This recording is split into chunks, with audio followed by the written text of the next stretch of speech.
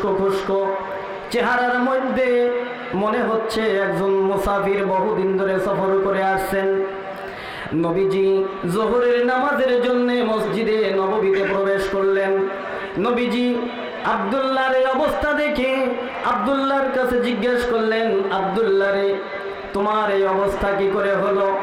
হযরতে আব্দুল্লাহ যুলবাদাইন বলেন, ইয়া রাসূলুল্লাহ, ঈমান আনার কারণে আজকে আমার এই অবস্থা হয়েছে। ইয়া রাসূলুল্লাহ, আমি আমার চাচার কাছে লালিত পালিত হয়েছিলাম।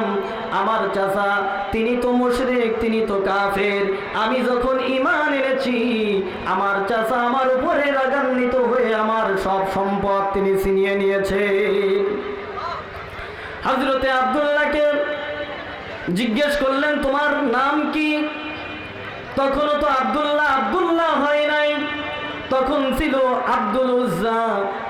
হযরতে নবীজিকে বললেন, ইয়া রাসূলুল্লাহ, আমার নাম আব্দুল উজ্জা। আল্লাহর নবী বললেন, আজ থেকে তোমার নাম আব্দুল উজ্জা নাই, তোমার নাম হচ্ছে আব্দুল্লাহ। নবীজি তাকে নিয়ে আসহাবে সুফফার মধ্যে জায়গা করে দিলেন। আসহাবে সুফফা হলো মসজিদে নববীতে একদল সাহাবীর একটা জামাত, যেখানে নবীজির কাছ থেকে কিছু সাহাবী দ্বীন শিক্ষা করতেন, ইসলামের আইন কানুন শিখতেন। ৭০-৭২ জন ৭৫ জন সাহাবীর একটা জামাত হলো আসহাবে সুফফা। এই আসহাবে সুফফার মধ্যে হযরতে আব্দুল্লাহকে জায়গা করে দিলেন, আর পুরাতন সাহাবীদেরকে বললেন, এ আমার আব্দুল্লাহকে তোমরা কোরআন শরীফ শিখাবা। হযরতে আব্দুল্লাহ কোরআন শরীফ শেখেন, আর জোরে জোরে চিৎকার করে করে আব্দুল্লাহ কোরআন তেলাওয়াত করেন। সাহাবীরা নবীজির কাছে অভিযোগ করলো, ইয়া রাসূলুল্লাহ, ইয়া হাবিবাল্লাহ, আব্দুল্লাহর জোরে জোরে চিল্লানোর জ্বালায় আমরা ভালো করে বিশ্রাম নিতে পারি না, আমরা ঘুমাইতে পারি না। ইয়া রাসূলুল্লাহ, আব্দুল্লাহকে একটু ধীরে ধীরে আস্তে আস্তে পড়ার জন্য তালকিন করবেন, নির্দেশ করবেন। আল্লাহর নবী বললেন, ও আমার সাহাবীরা রে, আব্দুল্লাহকে বেশি করে চিল্লাইতে দাও, আব্দুল্লাহকে বেশি করে চিল্লাইতে দাও, কারণ তার ঈমান বড় দামের ঈমান হয়েছে। ঈমান আনতে গিয়ে মক্কা থেকে মদিনায় কিচ্ছু আনতে পারে নাই। হযরতে আব্দুল্লাহ আসহাবে সুফফার মধ্যে থেকে থেকে কোরআন শিখতেছেন। এর মধ্যেই তাবুক যুদ্ধের রণদামামা বেজে উঠেছে। ৩০ সহস্র সৈন্য নিয়ে নবীজি রোমানদের বিরুদ্ধে জিহাদের ময়দানে যাবেন। এমন সময় নবীজি নিজের ঘাড়ের রুমাল পেতে দিয়ে বলতেছেন, ও আমার সাহাবীরা, এই যুদ্ধে বহুল আকারে আমার সম্পদের প্রয়োজন, অনেক অস্ত্র শস্ত্রের প্রয়োজন, অনেক মাল সামানের প্রয়োজন, অনেক উটের প্রয়োজন, ঘোড়ার প্রয়োজন, অনেক ঢাল, অনেক বর্ষা বল্লমের প্রয়োজন। যে যা পারো আল্লাহর রাস্তায় দান করো। সাহাবীরা আল্লাহর রাস্তায় দান করতে থাকলো। হযরতে আলী রাদিয়াল্লাহু তাআলা আনহু, যিনি নবীজির জামাই ছিলেন, আলী রাদিয়াল্লাহু তাআলা আনহু তার যত সম্পদ ছিল সকল সম্পদ 4 ভাগ করে 1 ভাগ এনে আল্লাহর রাস্তায় দান করে দিলেন। এরপরে হযরতে উসমান রাদিয়াল্লাহু তাআলা আনহু সকল সম্পদের 1/3 এনে আল্লাহর রাস্তায় দান করে দিলেন। এরপরে হযরতে ওমর রাদিয়াল্লাহু তাআলা আনহু সকল সম্পদ 2 ভাগ করে 1 ভাগ আল্লাহর রাস্তায় এনে দান করে দিলেন রাসূলের কদম মোবারকে। এর মধ্যে অন্যান্য সকল সাহাবীরা আল্লাহর রাস্তায় দান করতে থাকলো। এমন সময় মহিলারা কানের দুল, গলার হার, হাতের বালা সব কিছু খুলে আল্লাহর রাসূলের রুমালের উপরে দান করতে লাগলো। এমন সময় আল্লাহর নবী বললেন, ও আমার সাহাবীরা, তোমরা তো সবাই সব কিছু দান করলে, তোমরা অনেকে অনেক কিছু দান করলে, আমার আবু বকরকে দেখি না কেন?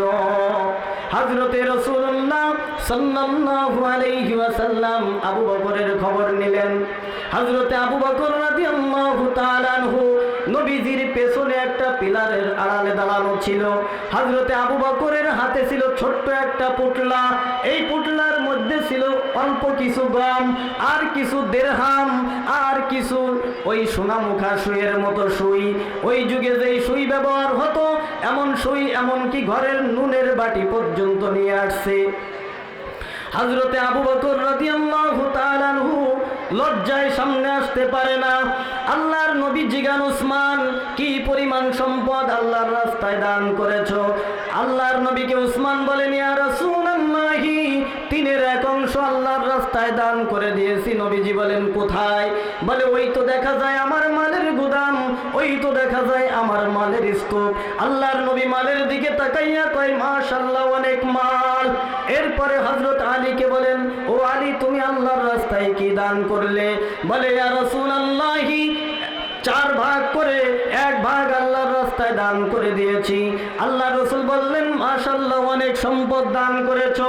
এরপরে হযরতে ওমরকে বলেন, ও ওমর, তুমি কি দিলা?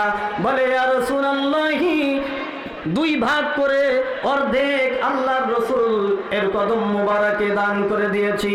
আল্লাহর রাসূল বললেন, মাশাআল্লাহ, অনেক মাল দিয়েছো। সকল সাহাবীরা চিন্তা করতে লাগলো, আমরা মনে হয় আজকে আবু বকরের উপর দিয়ে আমরা সওয়াব কামাই করতে পারবো। কিন্তু আল্লাহর নবী সকল সাহাবীদের দিকে লক্ষ্য করে বলতেছেন, ও আমার সাহাবীরা, আজকে তোমরা যত সম্পদ দান করেছো, সকলের সম্পদ এক জায়গায় করার পরে যেই মূল্য হবে আল্লাহ রাব্বুল আলামিনের দরবারে, আজকে আমার আবু বকরের দানের মূল্য তার চাইতে অনেক বেশি হয়েছে। আল্লাহর নবী বললেন, আবু বকর, জিহাদের ময়দানে যাওয়ার জন্য তৈয়ার হয়ে যাও। আল্লাহর রাসূল সাল্লাল্লাহু আলাইহি ওয়াসাল্লাম সৈন্য নিয়ে রওনা হয়ে গেলেন রোমানদের দিকে। এমন সময় ওই যে আব্দুল্লাহ যুলবাজাদাইন রাদিয়াল্লাহু তাআলা আনহু, ওই আব্দুল্লাহ যুলবাজাদাইন নবীজির সামনে এসে 2 হাত পেতে দাঁড়াইছে, ইয়া রাসূলুল্লাহ, একটু দাঁড়ান, আমার কিছু কথা আছে। আল্লাহর রাসূল দাঁড়িয়ে গেলেন। এরপরে হযরতে আব্দুল্লাহ যুলবাজাদাইন রাদিয়াল্লাহু তাআলা আনহু বলতেছেন, ইয়া রাসূলুল্লাহি, এই যুদ্ধের ময়দানে যাওয়ার জন্য, প্রস্তুতির জন্য, সামানের জন্য সকলে তো কত কিছু দান করলো, কত সাহাবী কত কিছু দান করলো, আমি তো কিছুই দান করতে পারলাম না। ইয়া রাসূলুল্লাহি, আপনার কাছে দোয়া চাই, আপনি আমার জন্য দোয়া করুন, এই জিহাদের ময়দানে যেন আমার জীবন দিয়ে আল্লাহর দ্বীন কায়েম করে যেতে পারি। হযরতে আব্দুল্লাহ যুলবাজাদাইনকে রাসূলুল্লাহ সাল্লাল্লাহু আলাইহি ওয়াসাল্লাম বললেন, ও আব্দুল্লাহ, তুমি একটা গাছের থেকে একটা বাকল ছিঁড়ে নিয়ে আসো। একটা গাছের থেকে বাকল আনা হলো। রাসূলুল্লাহ সাল্লাল্লাহু আলাইহি ওয়াসাল্লাম আব্দুল্লাহর হাতে বেঁধে দিয়ে বললেন, রব্বুল আলামিন, আয় আল্লাহ তাআলা, আমি আব্দুল্লাহর রক্তকে কাফেরদের জন্য হারাম করে দিলাম। আব্দুল্লাহ কেঁদে অস্থির হয়ে যাচ্ছেন, ইয়া রাসূলুল্লাহ, আমি চাইলাম আমার জীবনটা ইসলামের জন্য বিলীন করে দেব, আর আপনি আমার জন্য দোয়া করলেন, আমার জন্য দোয়া করলেন, আমার রক্ত যেন কাফেরদের উপরে হারাম হয়ে যায়। তার মানে কোনো কাফের যেন আমার উপরে কোনো আক্রমণ করতে না পারে, আমার রক্ত যেন জিহাদের ময়দানে প্রবাহিত না হয়। ইয়া রাসূলুল্লাহ, আমি তো চাইলাম আমার জীবনটা আজকে জিহাদের ময়দানে শহীদ করে ফেলাই।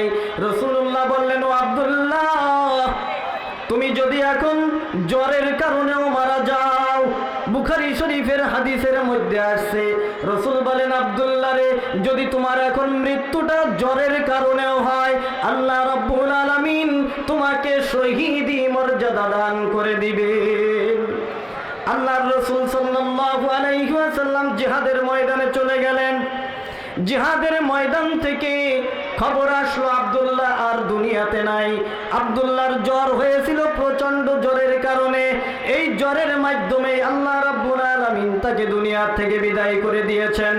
এরপরে রাসূলুল্লাহ সাহাবীদেরকে বললেন, ও আমার সাহাবীরা, আব্দুল্লাহর জন্য গোসলের ব্যবস্থা করো, কাফন দাফনের ব্যবস্থা করো, আমি নবী নিজে আব্দুল্লাহর জানাজায় শরীক হব।